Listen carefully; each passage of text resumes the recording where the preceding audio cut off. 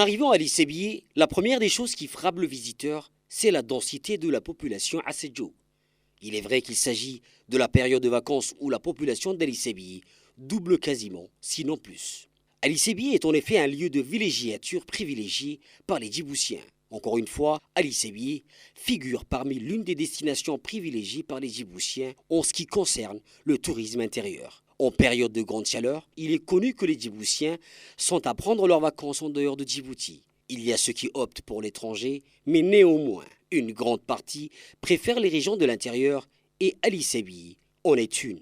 Pour contenir cette population, Ali-Sébié s'est bien sûr agrandi et prend l'air d'une grande agglomération.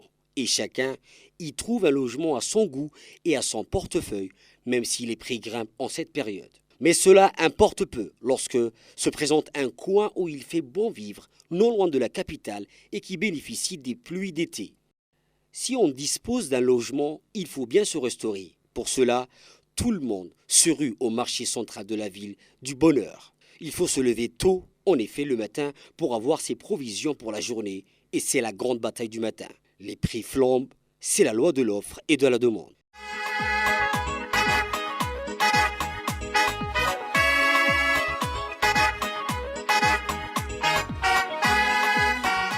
Une fois le repas du midi passé, les après-midi sont consacrés au sport et à la promenade. On rencontre une jeunesse pleine de fougue, de bonne humeur, prenant des photos par-ci par-là. Un monde où on est volontiers rieur et profitant de ce climat loin de la fournaise djiboutienne.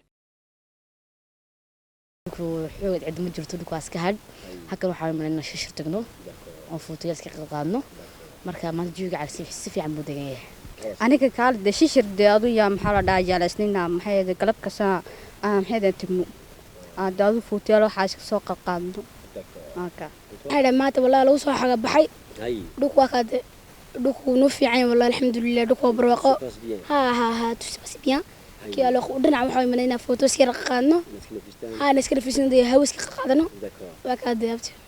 On sympathise dans des parties de football où Djiboutiens et Assedjouk s'entremêlent et créent ainsi des nouvelles amitiés, des parties qui se terminent uniquement au coucher du soleil. D'autres privilégient la promenade à travers la montagne pour découvrir la nature et respirer à plein poumon.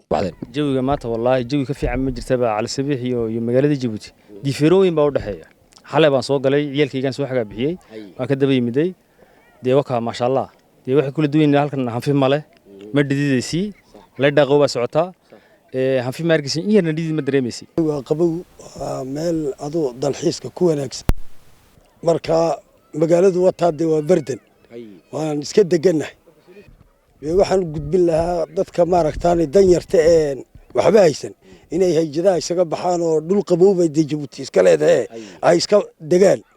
Une fois la nuit tombée, c'est le retour à la maison pour se changer et entamer d'autres loisirs dans la soirée. On se retrouve volontiers dans les restaurants où on s'invite à partager un dîner entre amis et famille. On échange les photos de la journée ou on envoie à la famille restée à Djibouti ou partie ailleurs à l'étranger.